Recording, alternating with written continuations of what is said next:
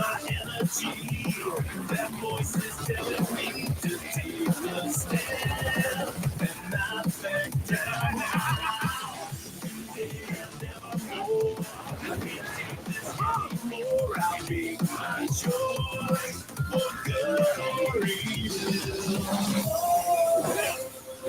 In times of conflict and destruction, our destiny is my connection now. A feeling in my soul, it's beyond the reach of most mere mortals.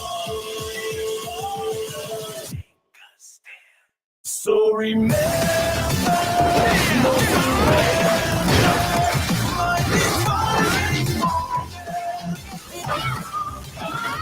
I stand overcome my past.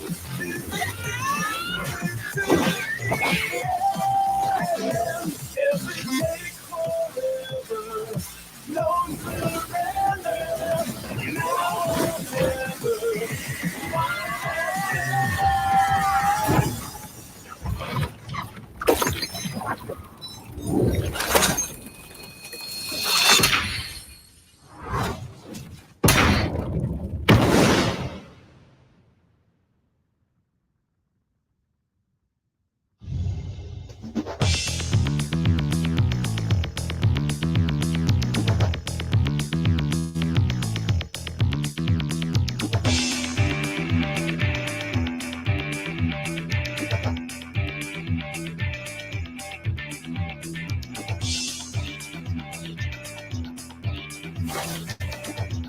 Coração ardente, mas cabeça fria.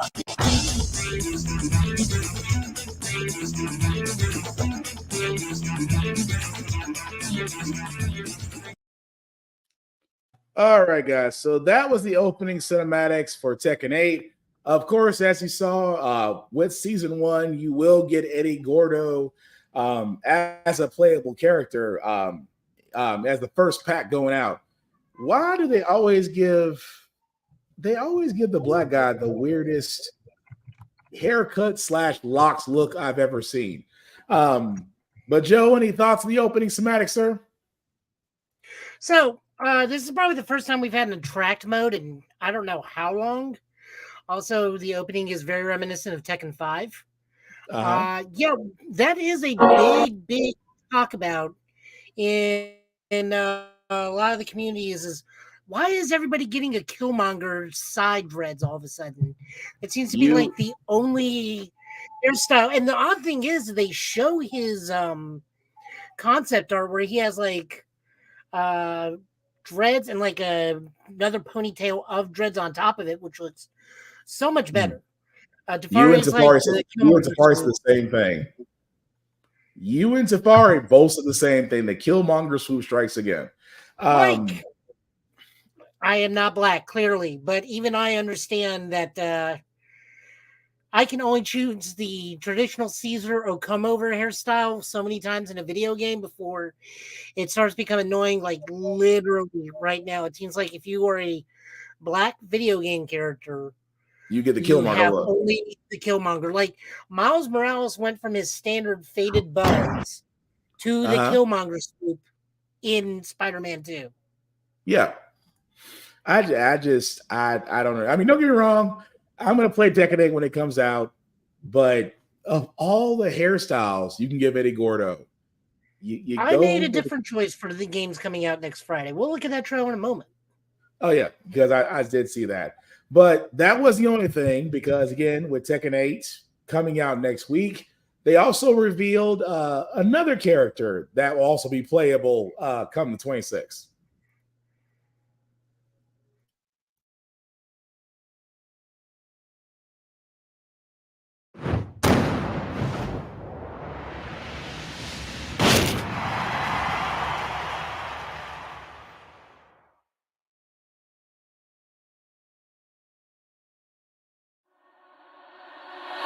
Ready for the next battle! Tekken 8! New challenger!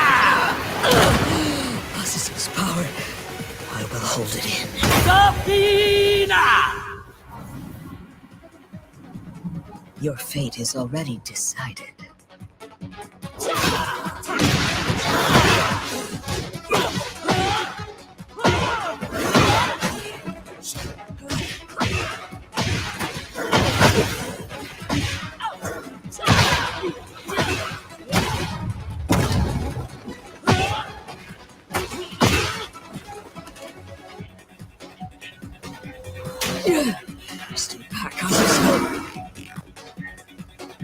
Il sigillo è arrivato al limite.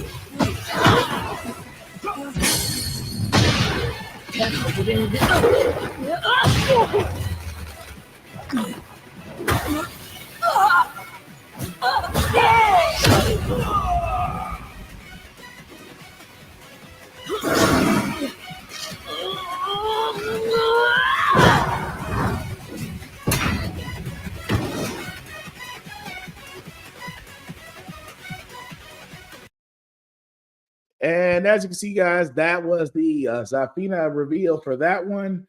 Apparently, she has a hand problem. Gotta leave it at that. But Joe, any thoughts on that?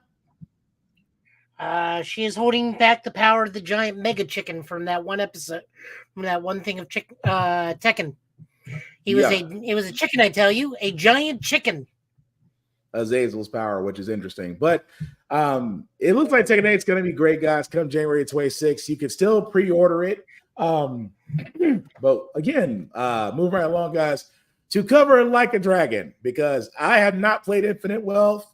Joe has. I've only played the Man Who Erased His Name, which I love. Oh, you haven't played it. I'm sorry. It comes out the 26th as well. Sorry, forgot about that. I'm playing the Man Who Erased His Name right now. Oh, I love that. I love that Like a Dragon. That is fun to play. But Infinite Wealth also comes out on the 26th. And if you're not sure what it's about, Joe, any words when we get the trailer? This is in the English. This is the English dub trailer that got released a little bit ago. I will not be playing it in English. If they are all Japanese people, I will play it in Japanese. A good bit of Hawaiian people still speak both Hawaiian and Japanese. True.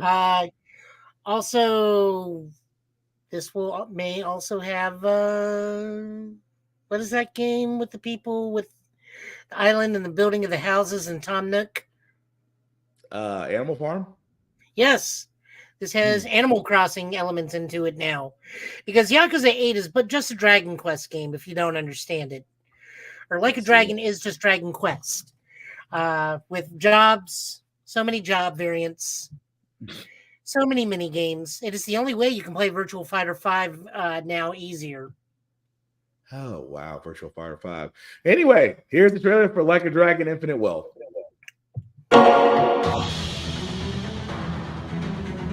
Well, lately, our old friend, the Seiryu clan's been acting mighty suspicious. It's a pleasure to meet you, Asuka-san. I'm sending you to Hawaii.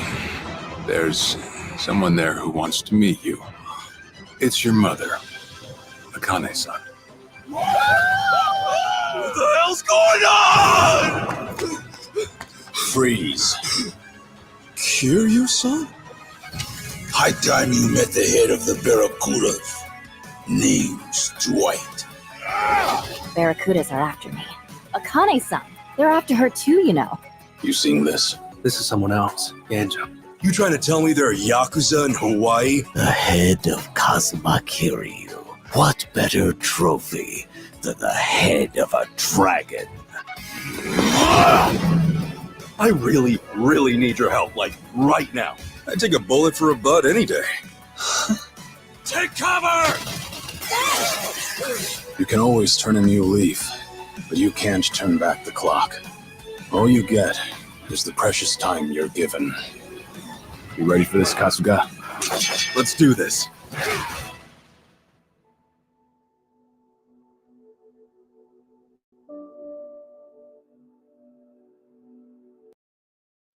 All right, guys. So that was the trailer for Like a Dragon Infinite Wealth. I'm definitely playing it, but Joe, anything you want to add to that? I like that we have a boss fight against Danny Trejo, who's named Dwight, but still attacks us with machetes. I was going to point that out. Machete is in Yakuza. That's still funny. But no, that looks like it's going to be fun. Also coming out on January 26th. But the next thing, which I have to ask Joe about because I have yet to watch it, but the first couple of minutes for Garo look interesting as hell. So before I play this trailer for what's Garo about, Joe? So Garo is a tokusatsu show, but it is an adult tokusatsu show. Not that kind of adult. Don't get your mind. This is done by Kita Emiya, who's a horror thing. I don't know if it's the same Emiya-san who does Resident Evil. Mm-hmm. So it's about an order of knights that fights demons, and usually it's fairly bloody and whatnot. But since it's on YouTube regularly, this is coming out of ZOJ video games. Oh no, this is the same Kita Emiya. So he has done notable works. Garo, all the Garos have been by him. He also has done video games such as designs for Clock Tower, Dual Heroes, Onimusha 2, Onimusha 3. He just does a lot of work. Nice. He also he was a director for Mobile Cop Jiban and Jetman and Zoolander. So we have Mighty Morphin Power Rangers to thank for Kita Emiya. But no, in all things, this is a horror-based tokusatsu involving magical knights, all of which are kind of in a class system where Iron Knights are the lowest and the Golden Knight Garo is pretty much top tier and end-all be-all. If he pulls the sword, the game is over. But we are focusing this particular show on an Iron Knight. Gotcha. Also, the show is available on YouTube as of right now. Yes. I think you said, Joe, it's 2 episodes now? 2 episodes in. Okay. So in case you're wondering, here's the trailer. よく来てくれました、黄金騎士。道外龍が。私とクレアシティに来てください。破滅の門が開くだと。破滅の門には人の因果を増大させ、闇へと誘う力があると言われています。俺たちの手で破壊しよう。やるしかない。貴様を倒しに来た。鋼の鎧、白羽相馬。俺は誰とも組むつもりはない。相馬はきっと父親の帰りを待っているんだと思います。迷宮アリビスに行き、破滅の門を封印する。剣を持て。答えは戦いの中にしかない。闇よりいでし貴様の因果、光を受けて闇に帰れ。ガロ、鋼をつく者。仕事のしがいがあるよ。道外優雅の新たなる物語が始まる。Okay, so that was a trailer for Garo, guys. I get literally Devil May Cry vibes from it, but like we said, it is available on YouTube, the first 2 episodes for you to watch. Joe, anything else about Garo you want them to know about? The armor is practical effects, save for some of the more spectacular stuff, but that is actually on set, that full suit of armor. And he's got a move in it. Jesus. But no, the suit actors they got in that industry are nothing more than superhuman. Fair enough. But speaking of things that we can actually talk about that actually give us hope, and forgive me for my voice, guys, it's kind of going in and out, so I apologize. But Daredevil Born Again news. We find out that Karen Page and Foggy Nelson will be returning back into the show for Born Again. Right now, it is a rumor, and I say rumor very heavily because we have yet to actually find other news to support this. So with that being said, guys, don't get me wrong. It's great that it's happening because you really can't have Daredevil without those two. And the Netflix show made it worth it. So to me, it's a great idea. But Joe, what about you? I wish we had more stronger connections on this one, but it seems like this rumor actually may be substantiated because a bit larger amount of the comic news groups are actually posting this up, so this one may be true. For those that didn't really like Karen Page, people, if you read the books, you don't have long with this woman anyway, so don't worry about it. But the actress herself is doing a fantastic job. And, I mean, Foggy Nelson's actor... We've been watching that man since he was in the Mighty Ducks. He deserves our respect because he will hurt you with the knuckle puck. A lot of people don't look Remember, at Foggy. He is one of the Basham brothers. And that's the one thing that's always loved. I love to point that out. I said, it's amazing how a Bash brother became an attorney. But I digress because I love the Mighty Ducks. But again, right now, it's still a rumor. With Born Again coming out, we're still another year off from it, but you can't help but want to be excited. You really can, especially after Echo. After we got to see a little bit of Daredevil and a lot of Kingpin and Echo, you can't help but be excited about Daredevil. You really can't. I'm still thinking about that fadeaway jump, fadeaway jump through the weapons rack. It's like, that's the exact key point. I was like, that's Daredevil. That's still funny though. But I also like that it has been confirmed that he has a hard time looking people in the eye because of how long he has to play being blind. Charlie Cox just has this really thing where his eyes just do not look at you while he's looking at you. That man is full on committed, is what that is.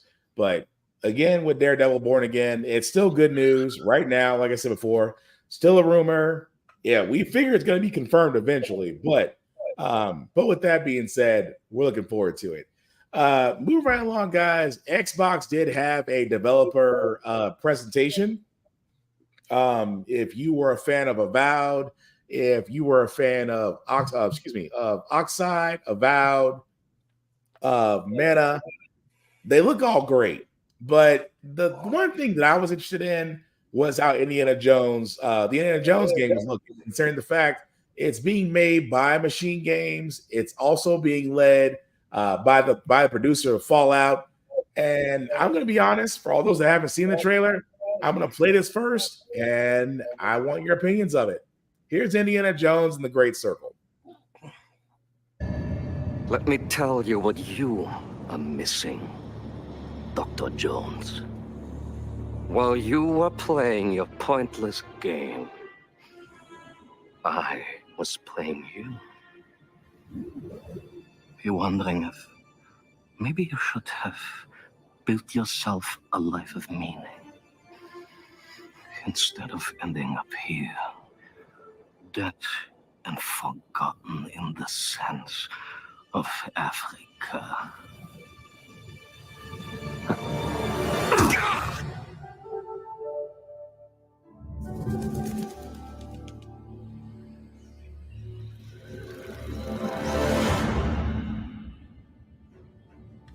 Myths,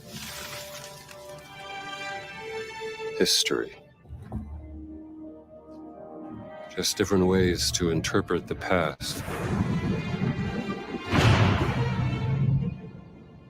Thousands of years of humanity's thoughts and beliefs, scattered and buried, just waiting to be found. Can't just run away from your problems, Indiana. Watch me.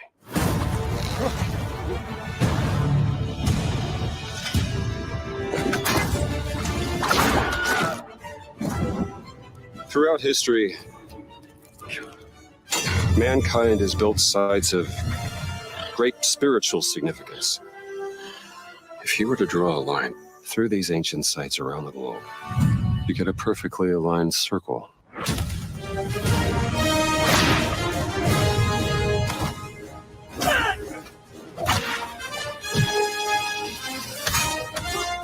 I've had run-ins with these guys before. Trust me, it ain't a walk in the park. Okay, then. Let's see if you can keep up. What do you mean if I could keep up?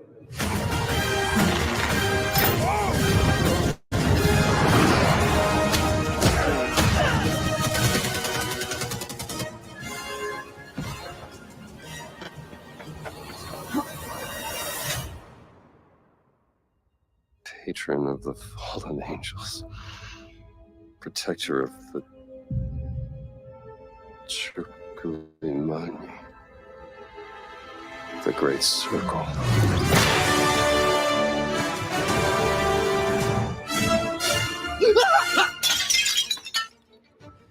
You have any idea how old that was? And that, guys, was Indiana Jones and the Great Circle. That was the gameplay reveal trailer. As of right now, no official release date has been put forward. But Joe, I'm gonna start with you. What'd you think? I mean, it's Xbox exclusive, so I won't get to play it. So, I mean, the first thing that comes to mind is, well, I'll just go play Nathan Drake in the corner with Lara Croft, and I'll be happy. I'll be able to shoot about the same amount of Nazis as anybody else.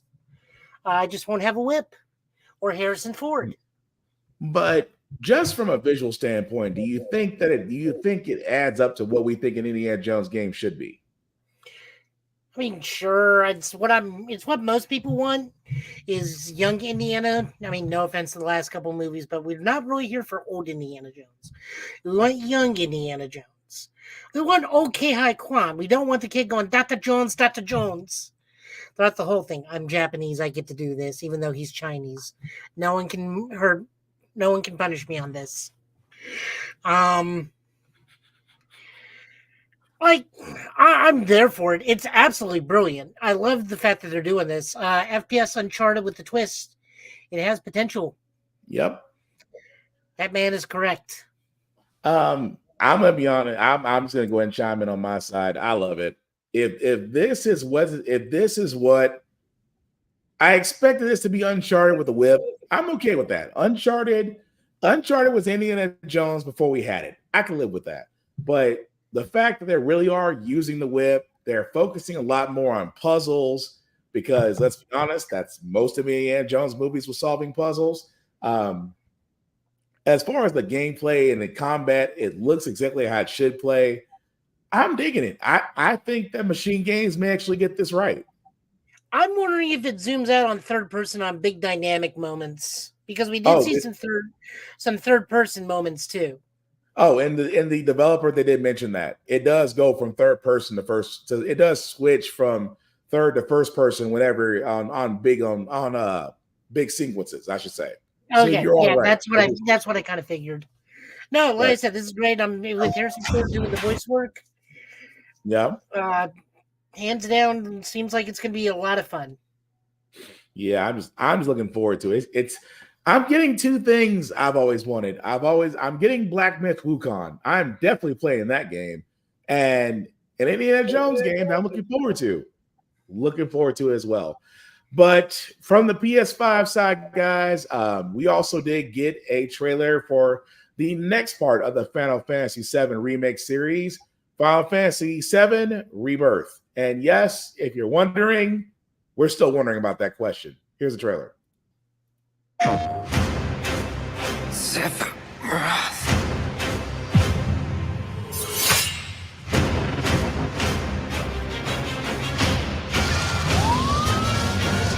What happened to this place? It was Sephiroth. It can't be. He wants to finish what he started and rule over the planet. You coming? Way ahead of you! We have to help them. Let's get to work. You are truly a model soldier. We can handle this. I will reclaim our world.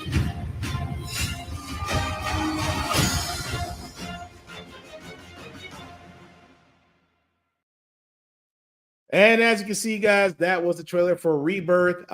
Will be available at the end of the month. With the exclusives, of course, the PS5 only. So again, I have a goal in mind. But I'm looking forward to it. The thing about it, I will say this, guys. Oh, what did Tafari say? It reminds me a bit of Dying Light, which was the first first person, but they didn't actually render the MC in case. Yep, I remember that. and they're still in CD1 material, the OG game. They're going to milk this like Kingdom Hearts. I'm going to buy each one. I am the same freaking way. So I'm going to argue that they can't milk this like Kingdom Hearts 1 because it hasn't been 10 years between 1 and 2. Fair. You're right that there is that little caveat. That is, it hasn't been 10 years. That's kind of fair. But I'm looking freaking forward to it. Now, I will say this: as Final Fantasy fans, you saw what happened in Remake. There were some slight changes. Expect the same in Rebirth. That's all I'm going to sit there and say. Expect the freaking same. But so they are showing us stuff we know. Yeah. But you notice how we know that Zack's alive in the other timeline, but we haven't seen jack squat about that side of the game? Pretty much. They're not going to show us anything about that side of the game. Of course They're not. only going to show us all the stuff we know about the Golden Saucer and all that stuff first, and then the other half of the game is going to be unknown to us. Because we got to remember, in this game, Sephiroth's plan is to undo everything he did, meaning he can't kill Aerith, because if he does, then the Hope Materia gets taken out of her. Pretty much. So something's gonna happen before then. Oh, there's gonna be a twist somewhere. We know that. There's a twist somewhere in Rebirth, but we'll find out at the end of the month. Just as far as just play Crisis Core for the first time in Pain. You don't know what that's like unless you played actual Crisis Core on the PSP. Well, he got all the updates and quality of life improvements of Crisis Core on this revisit. I played the original. I kind of forgot about how the mechanics need to be updated heavily. He said that's what I played it on. He played on PSP. He understands. He understands the pain. Because I was going to say, if you played on PSP, does he understand the pain of Dirge of Cerberus? I hope he skipped it. I skipped. That's the one Final Fantasy game I skipped completely was Dirge of Cerberus, just because how bad it was. But again, guys, Final Fantasy VII Rebirth will be coming out at the end of the month. January seems to be a very productive day for video games. But Capcom has also decided that they're going to drop a trailer too, because as Joe has pointed out, you've taken a break from Street Fighter 6 online play for a while, right? Just a little bit. I go back every now and then. I'm waiting until Ed drops to see what he's going to be like. Mostly also because I'm really tired of hearing everybody just talk about Akuma. It's like, yes, he will come out, and you will still get throat looped by Ken, same way as everybody else does. And He'll Tafari, just be an you're old right. man. Oh yeah. Now also Tafari's right. The Midgar Zolan fight, that's gonna be something else. No, it's in the trailer. It was that giant snake they were fighting for a hot second. It looks slightly modified. Okay, so it was in the trailer. That's gonna be interesting. But I'm glad you brought up Ed, because that's actually the teaser trailer for the next character in Street Fighter 6. Buttered toast.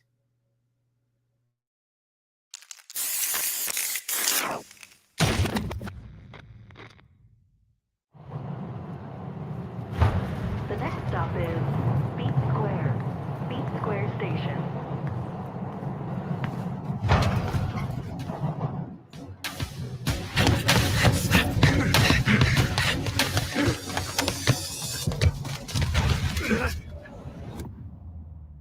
Bring it on.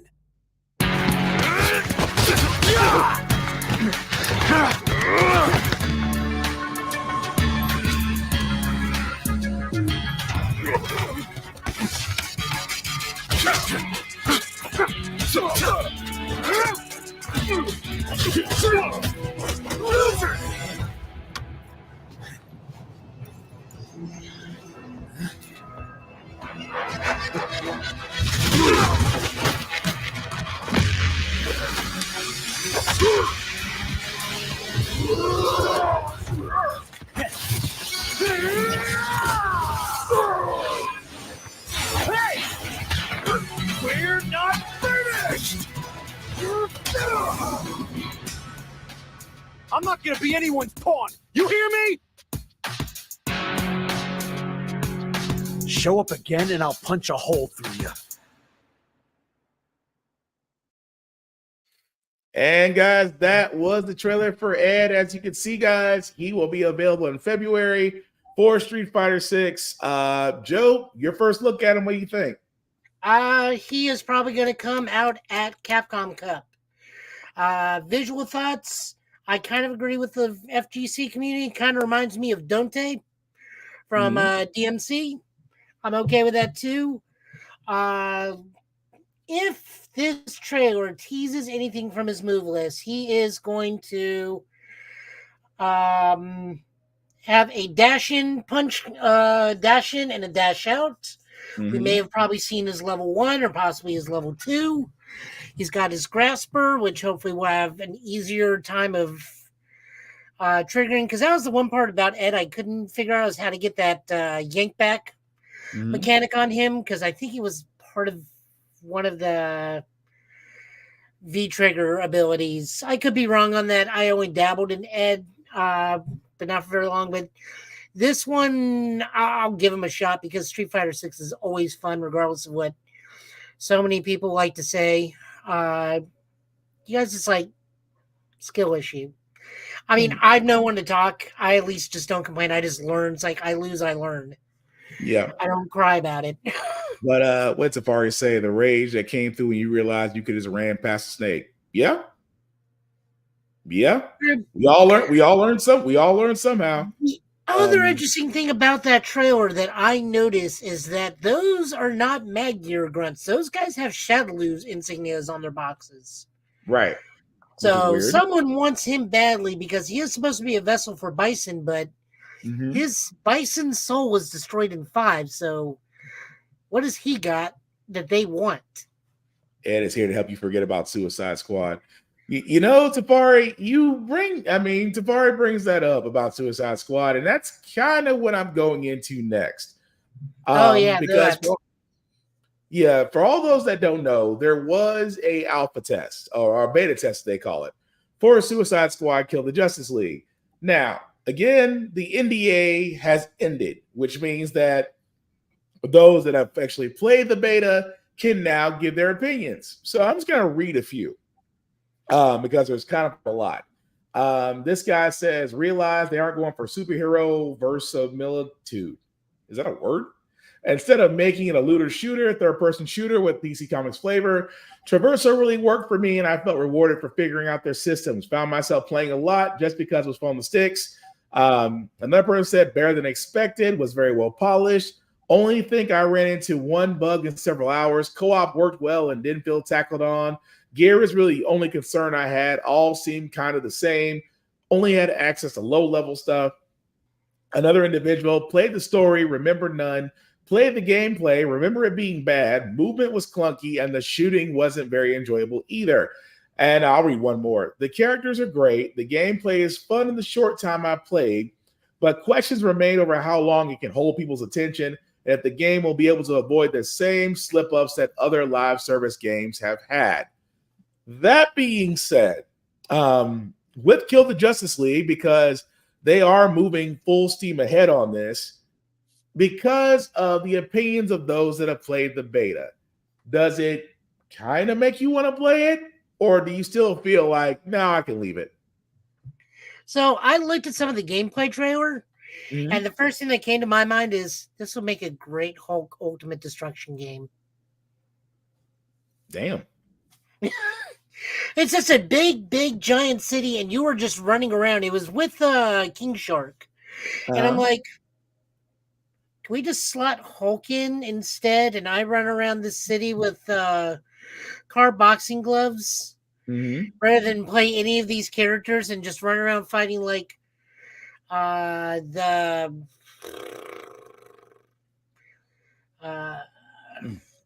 Squadron Supreme. Yeah. Not just have Hulk fighting the Squadron Supreme instead.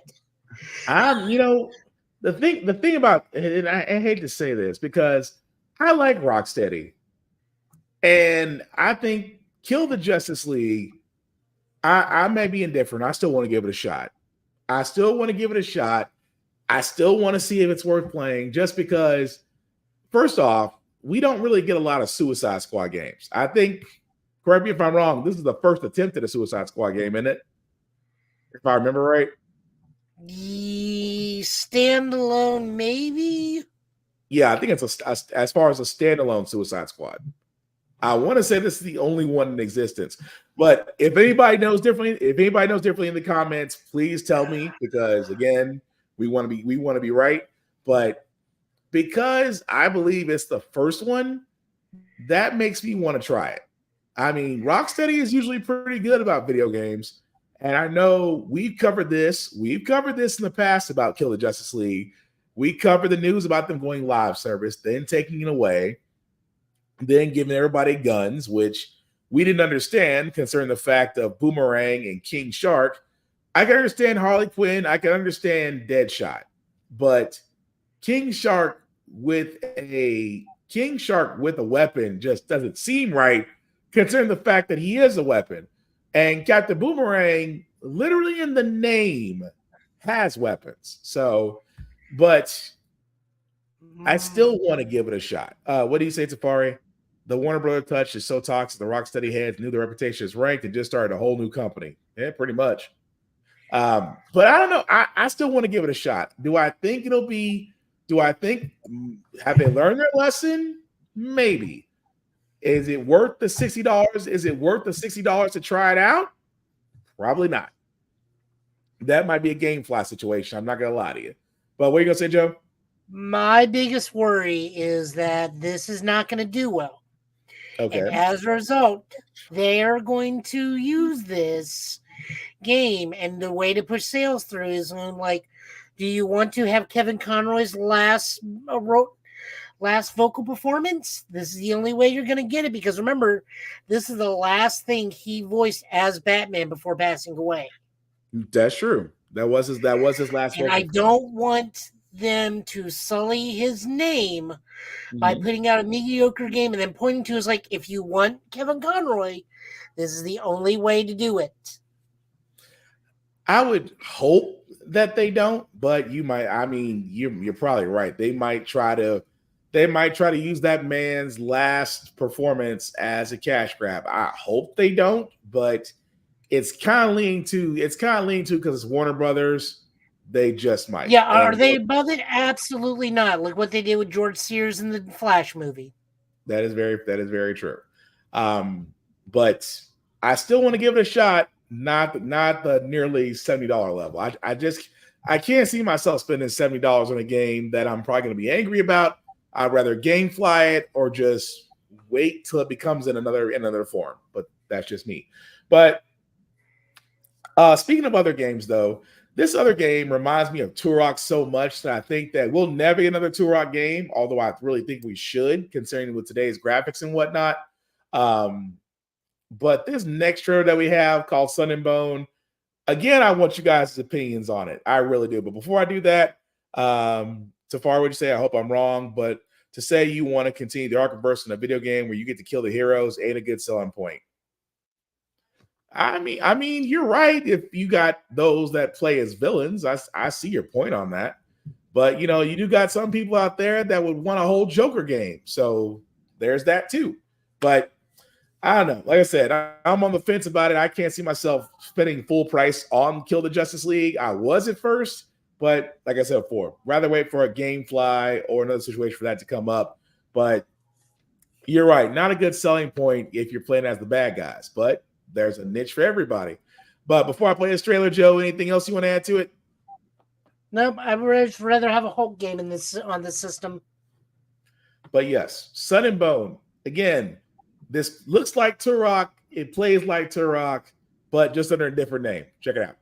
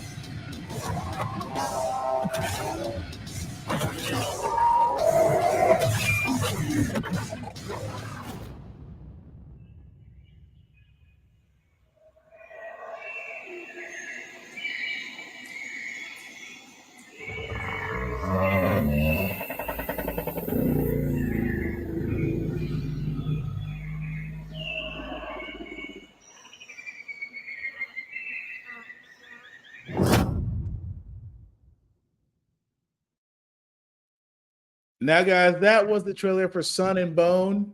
Like I said, looks like it plays like Turok, basically a man fighting against dinosaurs. I'm digging it for it to become the PS5. But Joe, what do you think? Give us Dino Crisis, you cowards. They'll never give us Dino Crisis. Also, if it doesn't have the cerebral bore, it doesn't count. That's the thing. We will let's be honest. We will never get Dino Crisis as much as we should. Dino Crisis was a great game. Will we ever get a remake for it? Nope. I don't know why. I actually think at some point Capcom will do it because they'll run out of Resident Evils to remake and they won't have a choice. Fair point, but they're gonna milk Resident Evil. And also, no offense, Resident Evil remake or 4 was great, 2 was great, 3 was great. Don't remake 6. Let 6 die. 6 die. Let 5 remake 5. 5 was great. 6 was terrible. I love 5. 5 was better than 6. Remake Code Veronica first. They'll never remake Code Veronica. They literally remake did 5. No. They literally did Revelations before they did Code Veronica. That's saying a lot. They'll never remake 5. They should. I mean, if you're going to, I mean, you're heading that way. Oh, I'm not arguing if they should or shouldn't. Yeah. I'm just saying they're not going to because there are so many thematic problems with 5 nowadays versus then. Remember, they already had to change a little bit of 5 when 5 was being made because of some of the choices they went with. Because they did so much quick time events. I'm like, dude, not. I'm talking about what the enemies look like. Well, I mean there was that little bit of a problem. There was that problem. For all you those forgot about that, didn't you? Yeah, I forgot about that. I forgot about that side. The enemies in 5 were a little what's the word I'm looking for? Mildly offensive to anybody today with anybody's sensibilities. Thank you. Like I said, they're not going to touch 5. If they touch 5, then they're going to have to do some. Oh, there's going to be some heavy remodeling, big overhauling, and they're going to get PC Principal to help them. Oh yeah, there's going to be some heavy remodeling if they do 5. But getting back to Sun and Bone, guys, like I said before, Turok is another game that we should have another game of. This is probably as close as we're going to get to it. It looks great. It is going to be on PC, but also a PS5 because, like we said, everything's next gen now. Everything is Xbox Series X and PC and PS5 and whatever Nintendo Switch is coming out later on down the pipe this year. We know that's coming. But at this point, everything is next gen. But Sun and Bone looks great. I have no complaints about it. I'm adding that to my games to watch list that's coming out. But you guys let us know in the comments what you thought about Sun and Bone. Like I said before, I thought it was great. Looks like it's going to be worth playing. Another game, however, we do have information about before we get to Ubisoft, because Ubisoft's executives need to be fired. But before we get to that bit of news, Stalker 2 Heart of Chernobyl does have some news regarding its release date.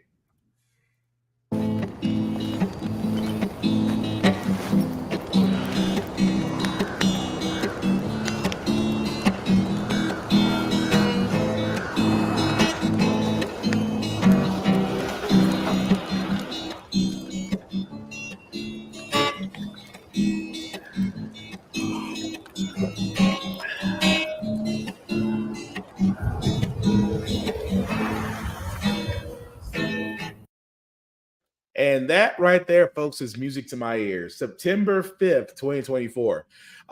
If you've ever played Stalker, it is a first-person shooter, a little bit on the horror side.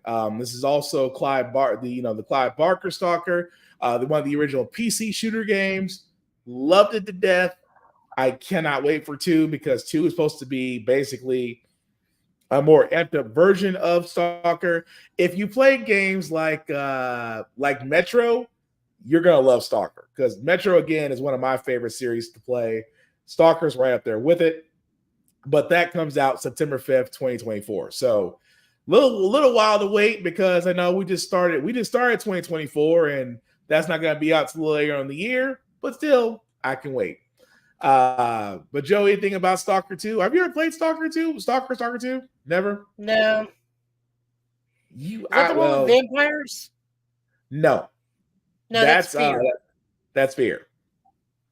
Stalker 2 is like Stalker 2 is Metro before it was Metro. So pretty much think of it like Fallout. Think of it like Fallout Russia, but right out of a nuclear facility. Okay. I'll put it to you that way. But before we get on, because I wanted to talk about this with you guys and Joe, because Ubisoft, I don't. Okay, let me. I feel like this.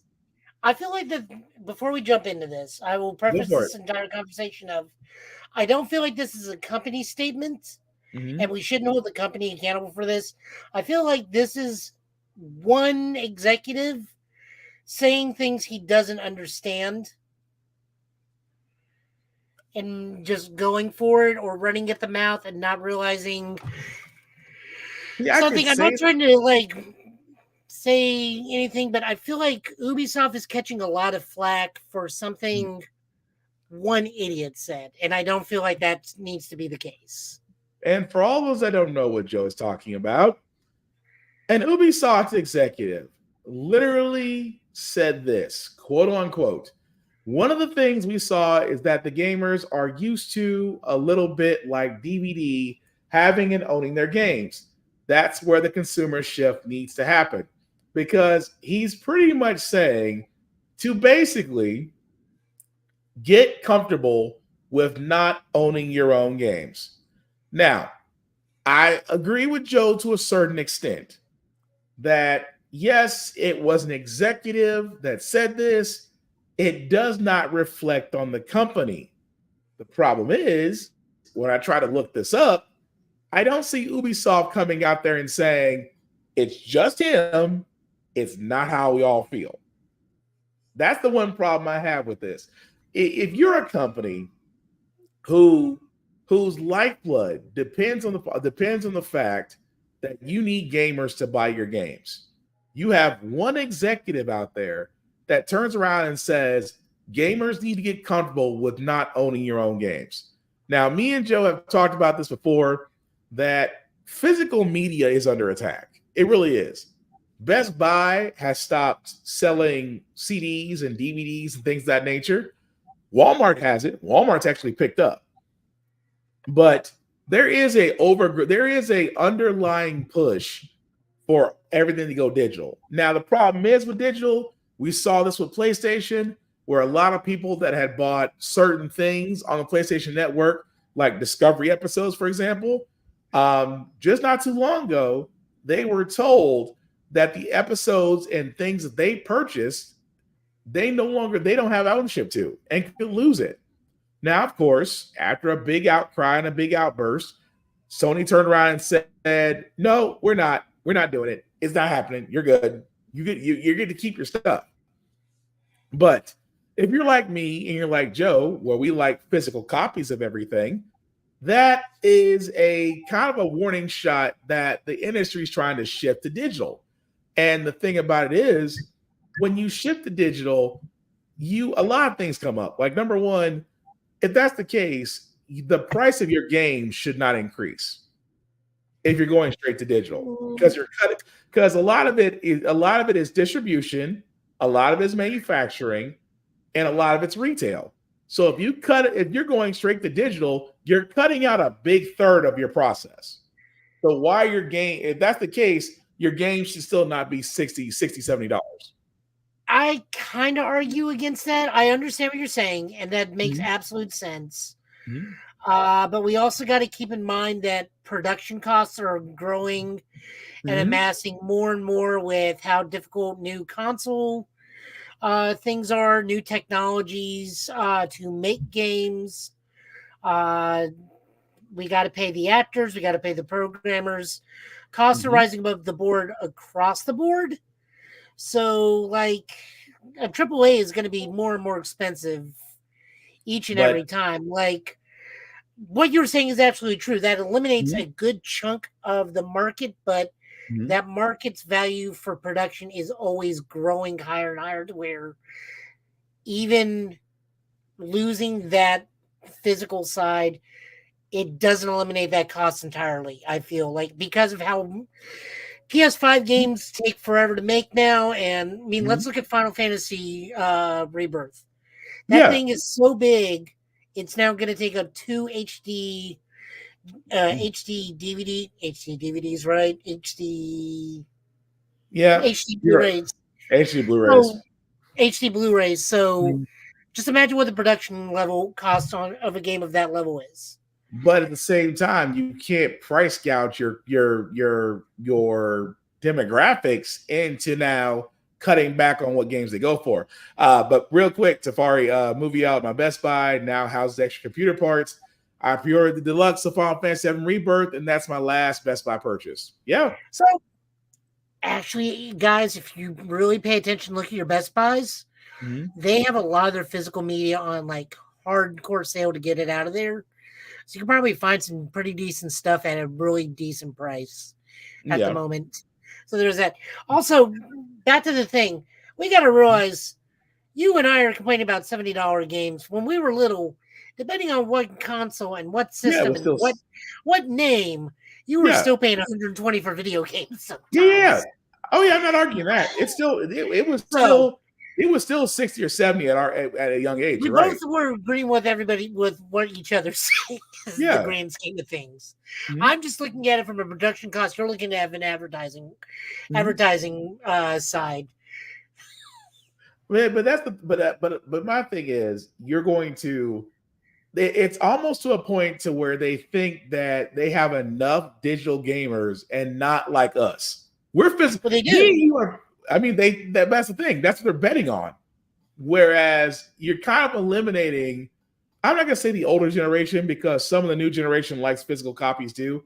But when you eliminate the idea of physical copies, you are kind of sitting there giving us the middle finger. You really are. You're saying either go digital or get left behind. But we're not their primary people anymore. I mean, we got 3 generations where iPads are basically books and music players now. So I mean, like, for us, it's the retro, it's the nostalgia factor. For the younger kids, it's the retro thing. But like in the grand scheme of things, the general audience for gamers nowadays, they don't have CD towers or shelf space to put all their physical media. I can't get more books because I'm worried about the structural integrity of my floor caving in. But the thing is, though, it's just that when you're betting that much, and for a lot of us, I always point out the other side too. See, when you're going digital, I'm not saying it can happen, but the possibility is there.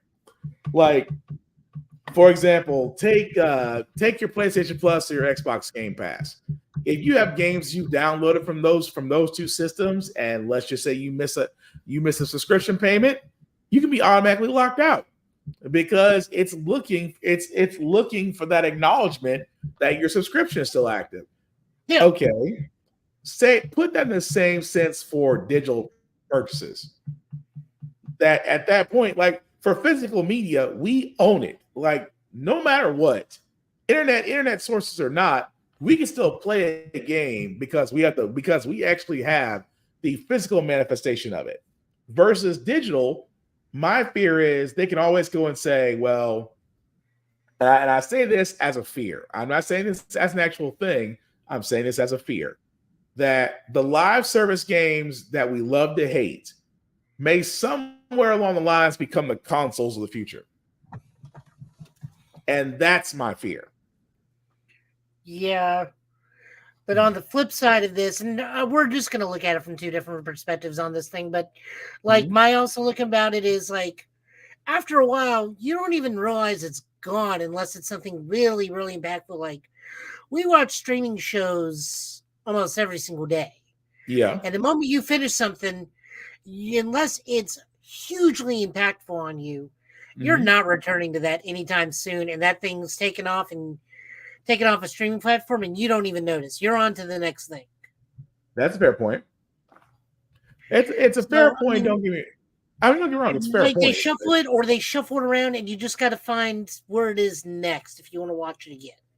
Right, but that's the thing about media. It's like either you buy, like us in Tafari, because he did say the video I made about empty steel books. These damn Tide Pod eaters don't even realize anything was wrong.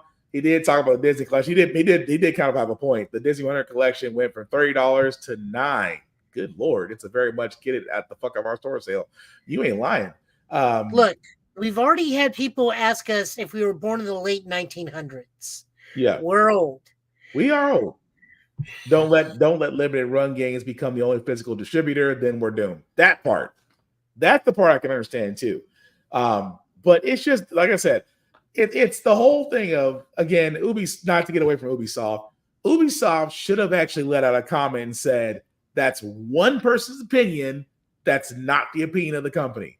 The fact that nothing has been said since then, that kind of screams volumes. Do we know which version of Ubisoft it is? Because at this point, it could just be that one studio who just let him say whatever he wants. He's an idiot. Ubisoft Canada? Well, there we go. It has nothing. Ubisoft Montreal? Okay. I mean, Ubisoft Montreal is usually pretty quiet. They don't usually say anything crazy from that side of the pond, but I could be wrong. But no, it's just when you think about that and the fact that, not to make it into a subject of itself, but when physical media is literally becoming a thing of the past, you can't help but guys of our age and genres, we do get somehow worried. And it kind of validates the reason why we stockpile everything. What'd you say, Tafari? Ubisoft is in the office running around like SpongeBob when he forgot his name. Damn. Also, to Furry's point, I wouldn't actually mind limited run games being a physical distributor. Mm-hmm. The only physical distributor, they give you some really nice add-ons. That's another part, but it's just the other side. That's the thing I worry about that much. But again, we have to see what happens. Maybe Ubisoft are just going to point this out and say, you know what? It's one executive that's no longer with us, or he doesn't reflect our views. Either way, it is quite concerning. But that's really the news that we have. Joe, do we have anything else before we get to comp pools? No, I mean, there's rumors that the new girl in Doctor Who may only be on for one season, but that's being run by the Mirror, and the Mirror is not the most well-known, useful source of credible information in the UK. I mean, this season, Doctor Who's is going to be nice. That's all I can sit there and say. But again, I have to shout out to David Tennant and Neil Patrick Harris. Thank you for giving us a season, especially Neil Patrick Harris. Good Lord, bring that man back as another character. That's all I ask, because he stole the scene in that one. Way State Safari LRG has their own higher up drama, hence why my Force Unleashed is 2 years late. Yep. Yeah, that is also true, but I don't know when it comes to certain things. It's just I don't get these video game companies outside of a few of them out there that just seem to get it right. But again, we digress. But Joe, I do see you have your comics up, sir. So whenever you're ready.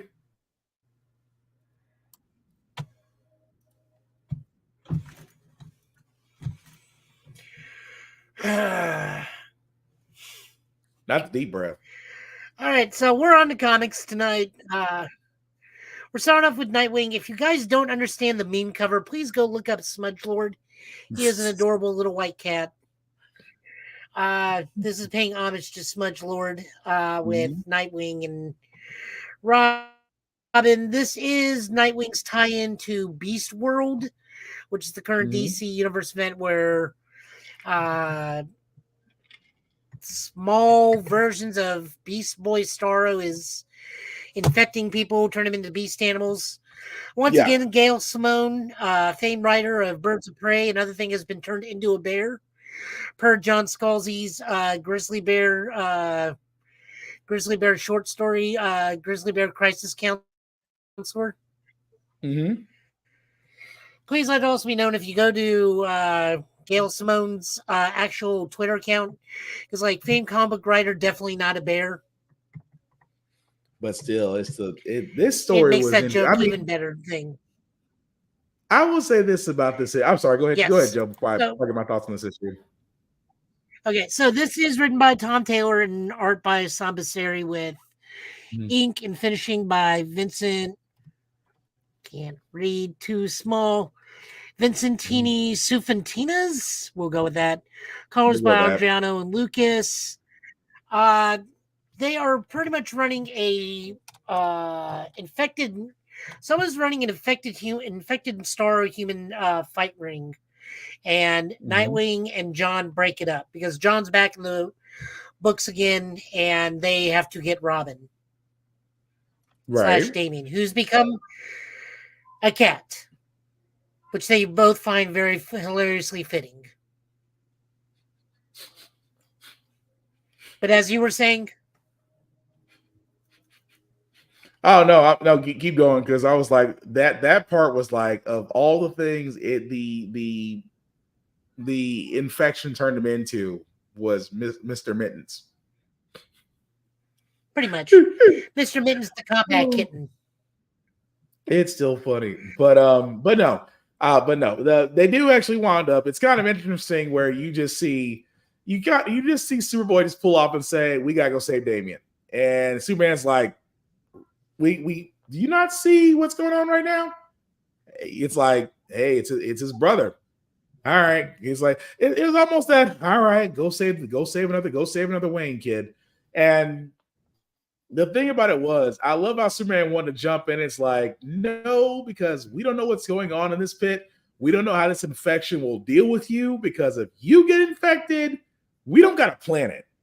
Nobody is stopping you. But ultimately, they did rescue Damien, who feels very remorseful about it all, but still wants to go back and try to save who he can, while Superboy decides to lift up the entire pit and drop it off at Gotham, and in a way only Superman can. But it's a good issue. I really did like it. I have to go back and go read the other parts of the Beast Wars. Everybody wants to say Beast Wars. Everybody wants to say Beast Wars. It's right there, and I can't stop saying it. It's right. How is it not? You know what? Let me shut up. I was gonna say, how is that named Beast Wars? Because Hasbro still has a license on that. It should have been called Beast Wars. But anyway, I have to go back and go read the other previous issues, because it really is a good issue, and there are some parts that don't make any sense, but you have to actually go back and read the other issues to see it. But this issue of Nightwing was pretty good. It's okay. Nightwing gets infected in another issue, and he turns into a fox, and all three of both Barbara and Starfire's like, well, that figures. I have to go back and read those other issues. But no, Nightwing was good. I also like that they uninfect him. It's like, what I turn into? They both go fox, and he's like, yeah, that figures. Mm-hmm. They were going to tell him the truth. Next up, we're jumping around today, guys. So, yeah. So next up, we got Marvel. We got Daredevil number 5. This is written by Saladin Ahmed with art by Farid Karami and colors by Jesus Arbertov. This is another thing of Father Matt hanging out in the Marvel Universe, chilling. She-Hulk is in this book very prominently. Basically just doing a food tour with Daredevil. Drawn very, very well, and got to be was very popular across several Facebook groups and several Twitter groups because of how well she was drawn in this book. Which, if you know your character, you know how to draw the character, and that makes the character look great. This is just another thing where another person close to Daredevil has been infected by one of the 7 deadly sins. In this case, gluttony, which is why all the eating, and Matt and She-Hulk got to fight, and then Matt's got to exercise. So that's the thing about it is, can we now say Because I'm sorry. Before we say that, go on and finish the rest of it before I say that. No, that's pretty much the book. I'm actually really digging this because I like Matt being an exorcist. This is kind of fun with him being like, yeah. He just has to go around like all of his close friends are exorcists. I can't wait for Foggy to show up and be Wrath. So I got to ask this question. So is Matt Murdock Constantine now? Well, he doesn't have any magical powers. He's just basically saying, "Our Father art in heaven," and that exercises the demon. He has like no magical powers. True, but he is doing an exorcism on the 7 deadly sins, which you're right. I'm kind of curious to see what Foggy's going to be, considering the fact of he's just been released from hell, considering the battle with the hand. But it's interesting because I looked at this, I'm like, you know what? If this is going to be his born again story, I know it's kind of weird that we're talking about born again, and yet the new run of Daredevil, Matt is a born again Catholic priest who doesn't remember he went to seminary, who doesn't remember his training, but remembers going to school, which is interesting. But no, I did like this because again, She-Hulk being possessed by gluttony was interesting, and that Matt performing a on-site exorcism was not on my bingo cards of 2024, but again, it was a good issue. The other interesting thing is in this book is that She-Hulk remembers who Matt is. And the world at large does not know who Matt Murdock is currently. Right. And this is not the first time where like the Hulk seem immune to magical mind erasure things, because when Doctor Strange made the world forget who Spider-Man was, Bruce Banner forgot. Yeah. But Hulk did not forget. Hulk was always calling him Peter, and Peter just never realized it until like one was like, wait, you call me? He was like, oh yeah, Banner forgot, but Hulk remembers. Right. And She-Hulk's distributing the same thing, where I don't know if I think Jen also probably knows who Matt is, because Jen is more attuned with her Hulk than Bruce is with him. She-Hulk is just more of her, how do I put this? Jen is the introverted side, and She-Hulk is the extroverted version. There's no duality in personas. Yeah. It's just one's one side, one's the other side. So Jen is aware of who Matt is, which is very, very important if you think about it in the grand scheme of things. Yeah. You got a fair point. But no, it was a good issue. I did like it. And the fact that Doctor Strange shows up at the end, it's like, we need to talk, sir. I was like, are we finna get a Doctor Strange and Daredevil kind of team up? I'm okay with that. I'm waiting for him to be Pride. You think Strange is you? Wait, who's gonna be Pride? Strange. I can see that. I can see Strange being Pride. If not Strange, I don't know of anybody else that would be Pride. In Daredevil's world? Yeah, that's a good question. I mean, maybe Bullseye? I kind of see that more as Wrath. Well, no, Kingpin would be Wrath. Bullseye would be Envy. Maybe. Anyway, it's going to be interesting, but I'm sorry. Go ahead. Yep, there it is. All right. Moving on over. Now, we are not looking at the bad Spider-Man book that is out this week, even though the story is not that bad and sets things up. But, we got to look at one bad book this week. This is Jackpot by Celeste Bronfman. Art by Joey Vasquez and Eric Gaster. With colors by Edgar Delgado. All right, so Mary Jane has had these powers for a while now because of goofiness, I think, involving Paul, where if she can slot machine and get powers based off of this and gets her own superhero persona via Felicia, because Felicia just wanted her to chill after losing her kids. It's like, look, you can go to therapy, or you can very aggressively take your frustration out against supervillains. And it's the Marvel Universe, so of course she's going to do the thing, even though they do actually go to therapy. And this book is there, and I think only set up to where we can now have a Black Cat Jackpot book in the future, which they've already announced. and show in the back of this book.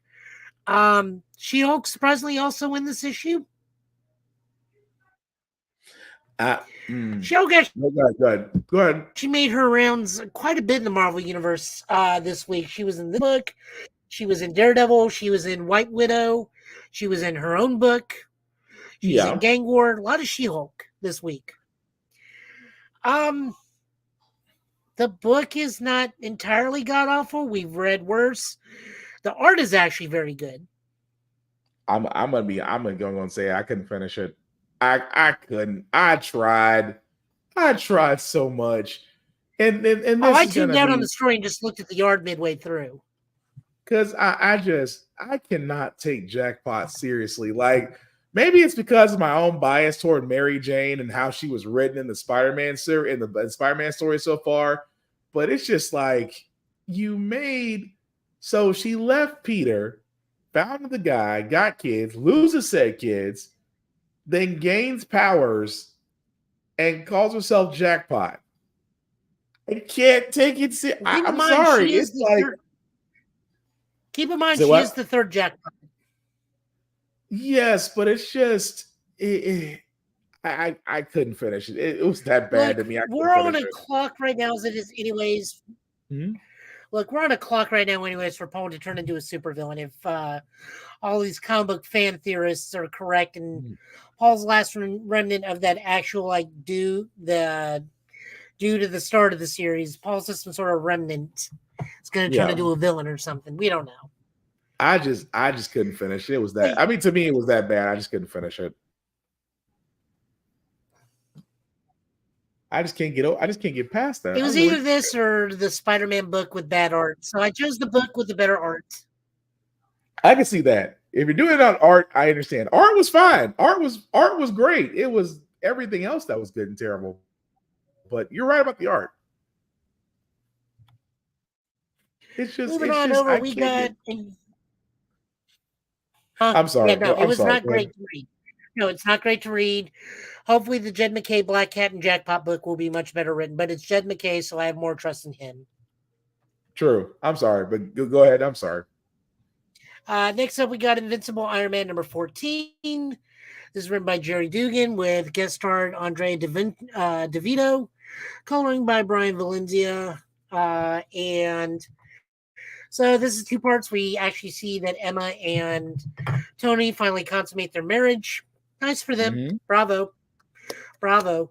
This is actually really focusing on Forge and Riri, as per the last issue, Riri and Forge were given a vast amount of Mysterium, the mutant metal that's resistant to magic and the most precious metal in all of the Marvel Universe, to go take to the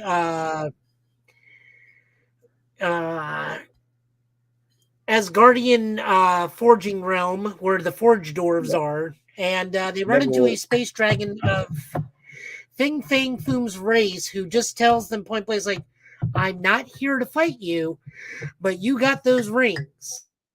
I know what they are. Mm-hmm. They will corrupt you. And of course, Riri's immediately ready to blast that dragon and thing, and Forge's like, don't piss off the dragon. Right. Of all things in Nevervalier, you want to go toe-to-toe with the dragon. Yes, a giant space dragon in space.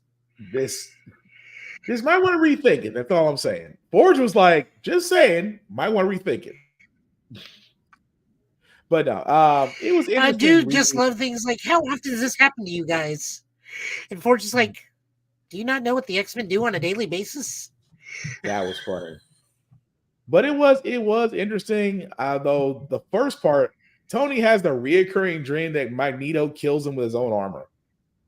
That part. He's like, I have the same dream where Magneto takes my armor, forges it into a primitive weapon, and stabs you with it.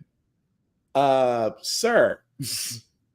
He's like, I've developed countermeasures. I have technology that protects myself, and this man still stabs me. That's more than a nightmare. That's a scream for help. I mean, really and truly. I do like the rest of the book is just Riri slowly going down the dark path with the Mandarins, and Forge like, no, don't kill the dwarves. We need them. They make good ships. But the dwarves did turn on him. Tried to turn. Oh yeah, no, the dwarves tried to screw him over. Absolutely, they had that coming, but yeah, don't send him to the Shadow Realm. That was a little extreme, though. I'm not gonna lie. The Riri is like, should we just get rid of him? No, just a little bit of mercy, little bit of mercy. You know, maybe get rid of those 10 don't rings. Send people to the void. Mm-hmm. That was the first time. It was this like, is a fun book. I like where this is going. What did you say, Safari? Get Tony some melatonin. His HMU United made Ultron. Yep.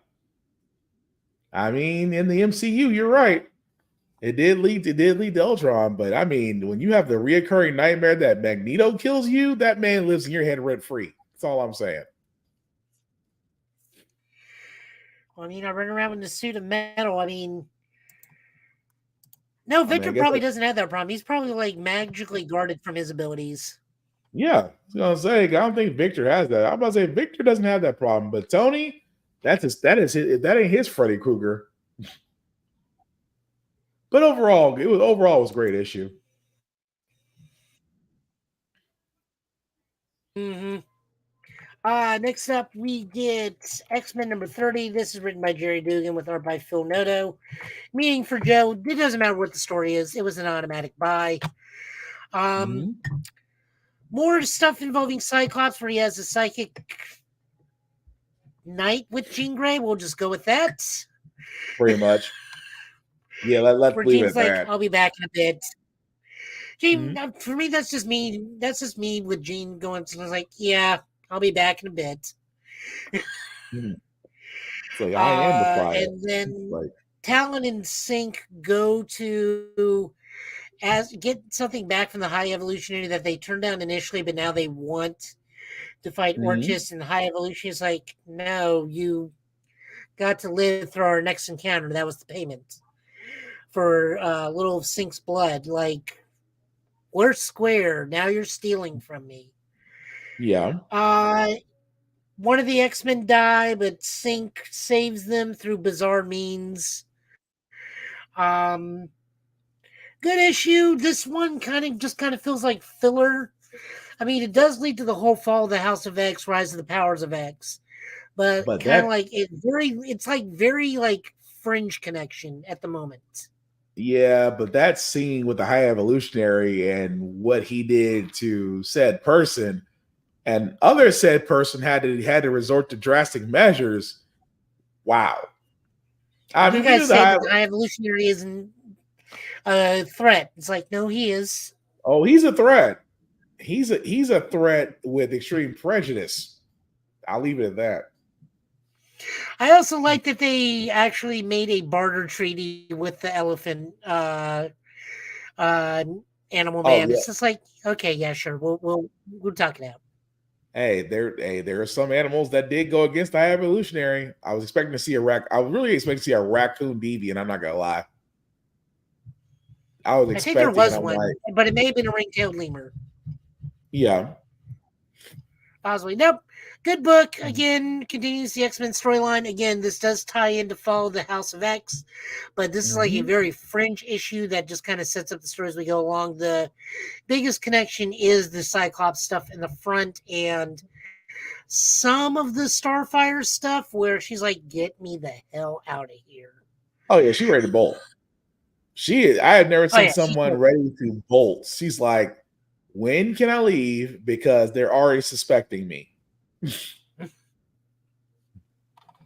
But overall, we'll kill all the mutants, but not you. We like you. Yeah, that ain't weird at all. That's concerning. All right, so we got new book this week, Cobra Commander, written by Joshua Williamson, with art by Andrea Molina and cards by Annalisa Leone. So I will preface this. This is part of the Cybertronian universe. As you can see, the arc crashing right here. Also, I do have to preface this.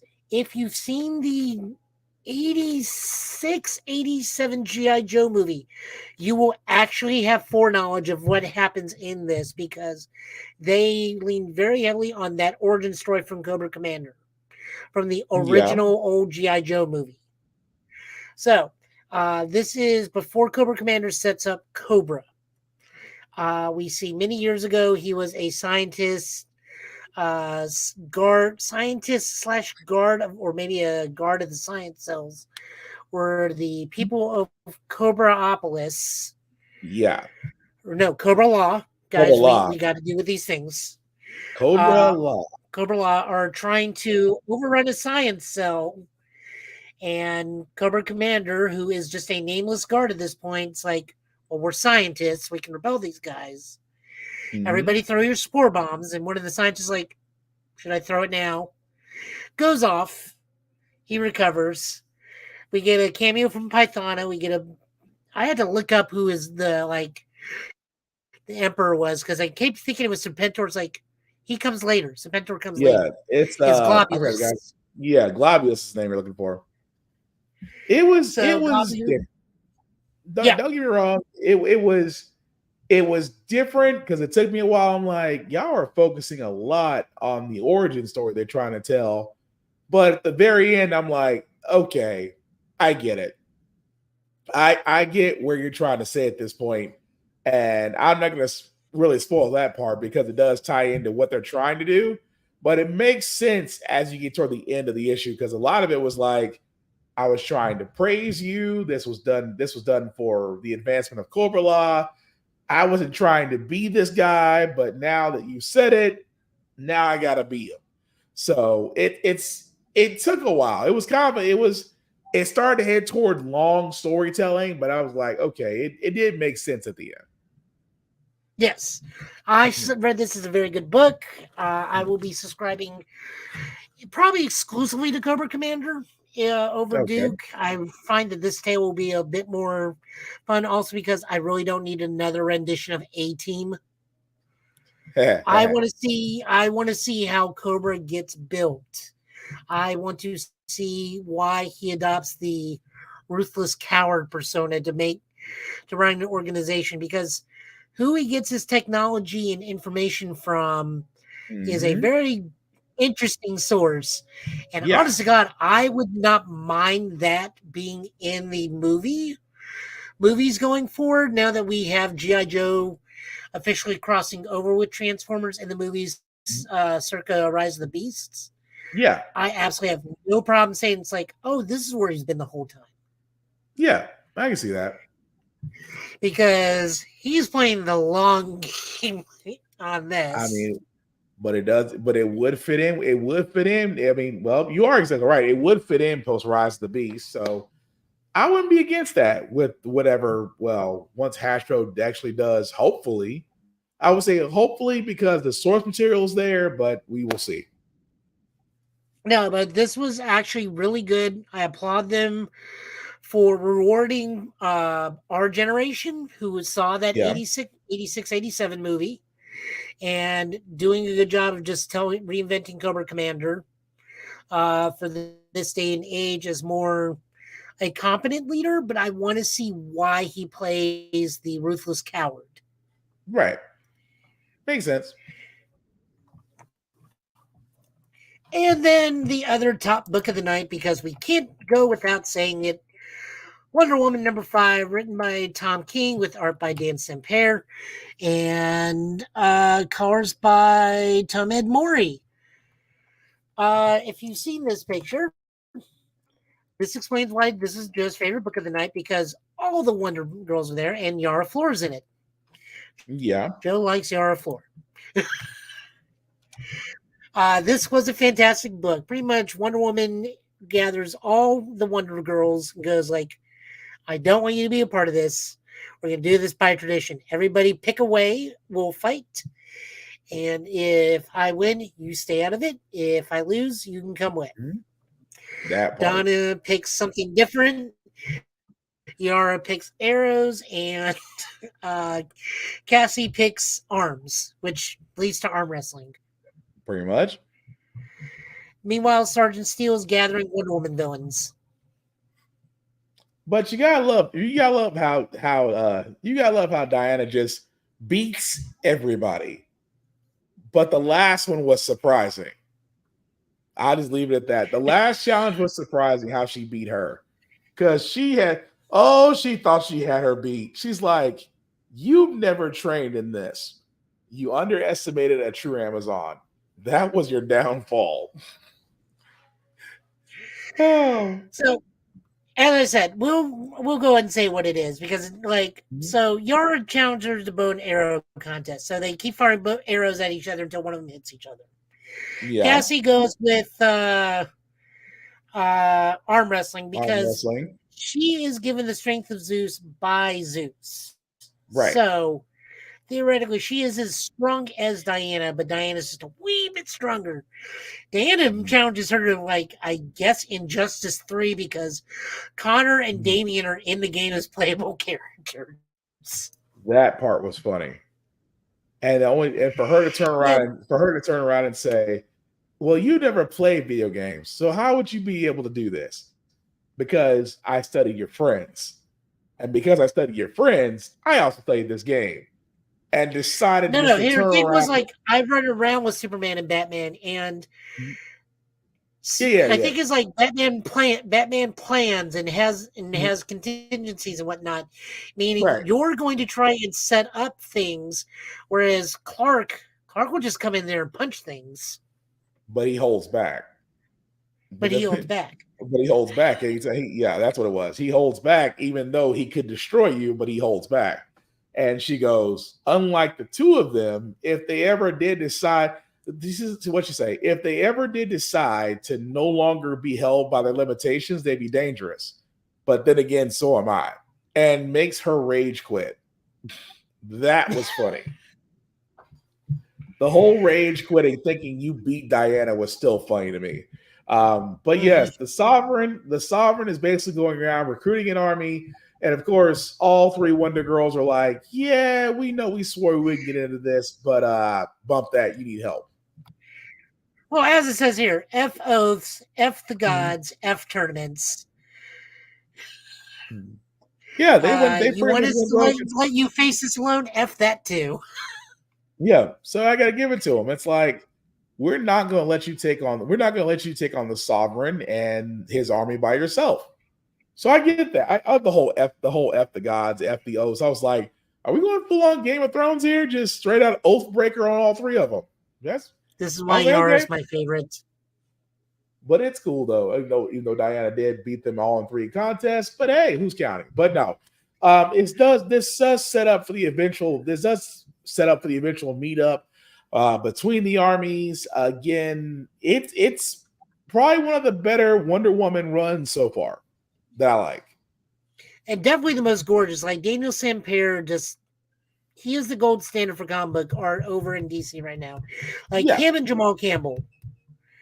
The reason we did not look at Superman tonight, guys, is because I don't care about cowboys. I tried reading it. It's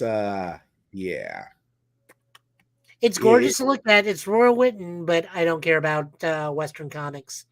Also, note that in Diana's apartment, she has a little picture of that kid from issue 4 in the background, sitting in her apartment. The one boy that was allowed the mascara. I'm sorry, go ahead. Nope, that's Ridge. We also get a wonderful little thing of John, Damien, and Trinity in the backup story, where they are racing kangaroos, and Trinity pushes Jumpa Jr. a little bit too hard and nearly falls to her doom, and the boys are freaking out, and it's like, you're Superman, you're supposed to save her. It's like, but you're Batman, you should have had a plan for this. That was still funny. And then just like, we're both dead if Diana learns. It's like, agreed. None of us speak of this ever again. Yeah, because nobody wants to wind up on the other end of an Amazonian blade. Nobody wants to wind up on the other side of an angry Wonder Mom. That too, but no, it was a good side story. Yep, that's all the books for the week. Go read your Wonder Woman. Go read your Cobra Commanders. Stay away from Jackpot or anything that says gang war involving Spider-Man. I mean, that is beyond a given at this point. But anyway, but we do also thank you for that, Joe. We do also want to shout out Rick's Comic City, voted Nashville's #1 place for comic books. So if you are in the Middle Tennessee area, definitely check them out at the locations, either in Nashville or Clarksville, Tennessee, or Locker Nerd in Fort Campbell. You can also go to the website at rickscomiccity.com where you can get your trades, hardcover, comic books, gift cards, things of that nature, pull lists. You can definitely look it up from either or. Let them know that we sent you. It doesn't get you any discounts, but at the same time, we want to show love to them because they show love to us. If you're not in the Middle Tennessee area, definitely support your local comic book store. Shop local. I know Barnes & Noble and Amazon are all great places to shop, but comic book stores in your cities need help. They need your patronage. You can find such great things that you may not find anywhere else at a probably better price. So again, support your local comic book stores. Support your local libraries. Why? Because they're trying to ban books. Kids, I cannot stress this enough. We want you to read the banned books because there's something in them that they don't want you to know that you really should know. A lot of books that are great for literature, not just comic books, are great for learning. So as me and Joe say here on Gitbit all the time, definitely, guys, read the banned books. And of course, if you are in the Middle Tennessee area, definitely check out Rick's Comic City. If you're not in the Middle Tennessee area, support your local comic book stores, support your local libraries, read the banned books. That is all we ask of you guys because there's such great stuff in there. But as we wrap this up, guys, Joey, anything you want to let people know about that you're going to be selling up? I am still moving forward with content on that new channel, Show a Guy Joe. I just dropped a short. It's about they finally started filming Boom Boonger. The moon boots are still weird, and the low tiny weirds on the back of the shoulder are super weird. But you know what? Hopefully it'll look really nice in motion. So funny. I'm at least gonna get the morphers for both. It's still we showed this I last streamed week. a little bit of Ghostbusters. Mm-hmm. Oh no, this is a new go ahead. picture. Let me see if I can bring it up. Oh Lord. This is a brand new picture. Let me see if I can't pull it up. Because I'm like, we showed this last week. I think we showed this last week, and I'm still laughing about it. It's just wow. I did not think from a Power Ranger standpoint it could get any different, but wow. That's about the best way I could put that is wow. But at the same time, I'm not surprised about it. I mean, well, think about it. Well, there's been stranger Sentai costumes. There's been stranger ones. It's just that one, I'm not gonna lie, that's a nightmare for me. It's just one of those I can't find anymore. It was on Twitter. It's just one of those things of now that they are no longer beholden to making Super Sentai into Power Rangers, they're just going to go as far left field as they can. And I am there for it. But God, I hope these suits look great in motion because, like, still photos are just like, God, this looks scary. I'm still gonna check out that Garo, but yes, Show a Guy Joe is where you can find Joe. Are you still doing anything on the Twitch side, sir? Yeah, I mean, like I actually streamed with the Tennessee Ghostbusters doing the Ghostbusters game not too long earlier this week. Once things calm down, I'll probably be able to stream a little bit more. I'll try and stream some of the Yakuza here and there. Nice. I gotta finish The Man Who Erased His Name. I've really got to finish that. Okay, so before I'm sorry, Joe. Were you done, or are you still letting me? No, that was it. Okay, just want to make sure. So before I get to my stuff, shameless plugging as we usually do here, guys. I do always want to shout out a couple of friends that support the show as well as everybody else. My buddy Yvonne, Big VZA Dot, definitely check him out. Big VZA Dot on social media, and check out his Beats channel on YouTube. So if you do like beats or need beats for anything entertainment wise or song wise, definitely check him out at Big VZA Dot on all social media. And of course, guys, myself, where you can find me, BlackFox447 on all socials. I usually do reviews on everything, including gym stuff, because I do a couple push-ups. At the same time, guys, definitely check out the link at the bottom, make that a little bit bigger for everybody to see. If you copy and paste that link into your browser, check the link to the YouTube and Facebook groups for all of our podcasts. How the Fact got here, Get Bit, Off List Podcast. Definitely check all of those things out. We would certainly appreciate it. We can be found practically everywhere, guys. Anywhere podcasts can be seen or heard. Google Podcasts for the time, because I think that's about to go out the window. But we can be heard on Spotify. We can be eventually heard on Apple Podcasts. We're getting to that point. Just got to get that figured out first. At the same time, guys, you can see us here on YouTube and on Facebook and on Twitch, as we are all currently streaming across all platforms. I do want to point out another part that I'm involved with others, basically called Blurred Station. What is Blurred Station, guys? Blurred Station is basically for those of people of color and for blurs and for nerds. It has action, it has comics, it has anime, it has so many things there that is basically becoming a Netflix of itself. But much like Netflix, guys, it is not going to jack up the prices. It is not going to remove and add content. It is definitely something for us, because if you haven't heard by now, Tubi is worth a lot of money because a lot of black creators and POC creators really made Tubi what it is. But the problem with that is a lot of those creators don't have access, or don't have ownership of their own content. And basically, they made the guy who owned Fox rich. Blur Station is definitely not like that. If you do have content that you want to bring, definitely go to the FAQ portion of Blur Station, and the guys there will definitely get you on that level to where not only can your content can be shown, but at the same time you get to own it. We won't, and thank you, Tafari, we won't do you like Max did rap shit.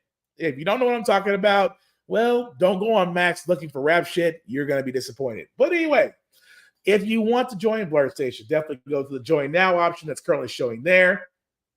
If you'll do us all a favor and go to Blurred's Eye View Affinity Membership, once you click on that, you can select any Affinity Influence partner there. We all would appreciate that. And select the Affinity Membership at $10.99. Yes, $10.99 a month. At $10.99 a month, guys, you can still have access to great content and still be able to eat. I don't know about you, but that sounds like a winner to me. Now, with that Affinity Membership, guys, for 36 months of paying $10.99 a month, at those 36 months, you have the option of owning a share of Blur Station. Again, you ever want to own a share of Amazon, of Netflix, of things of that nature, without going through E-Trade, without going to Fidelity Investments and paying an assload amount of money for simply a simple share of said product? Whereas on Blur Station, you can just pay $10.99 a month for 36 months, and again, have that option. Sounds easier to me, but then again, it is something that's for us content creators. You are more than welcome, because at the end of the day, you'll be able to keep ownership of it and get paid. I don't know about you, but that sounds like a winner. But definitely check out blurstation.com. Now, as we are wrapping up, guys, again, we will hopefully be back here next Friday, same Gitbit time, same Gitbit channel, with news, video game news of the week, trailers of the week, our opinions on a lot of things. But above all else, guys, let me say this correctly, because Mother Nature is mad. I don't know where you are, but where me and Joe are, it's more ice and snow. Please be careful, guys. Please be careful while you're out there, while you're driving. Not only because of the weather, but health as well. Cold and flu season is still strong. Please be careful. That's all we ask. So, with that being said, guys, as we've called tonight, Joe, any last words you have for us, sir? As you're muted. No, I'm gonna go get more tea. More tea. More tea sounds great. But anyway, it's only becoming a guiro. I'm more tea than man now. Then unless you start singing, we're all going to start having tears in our eyes.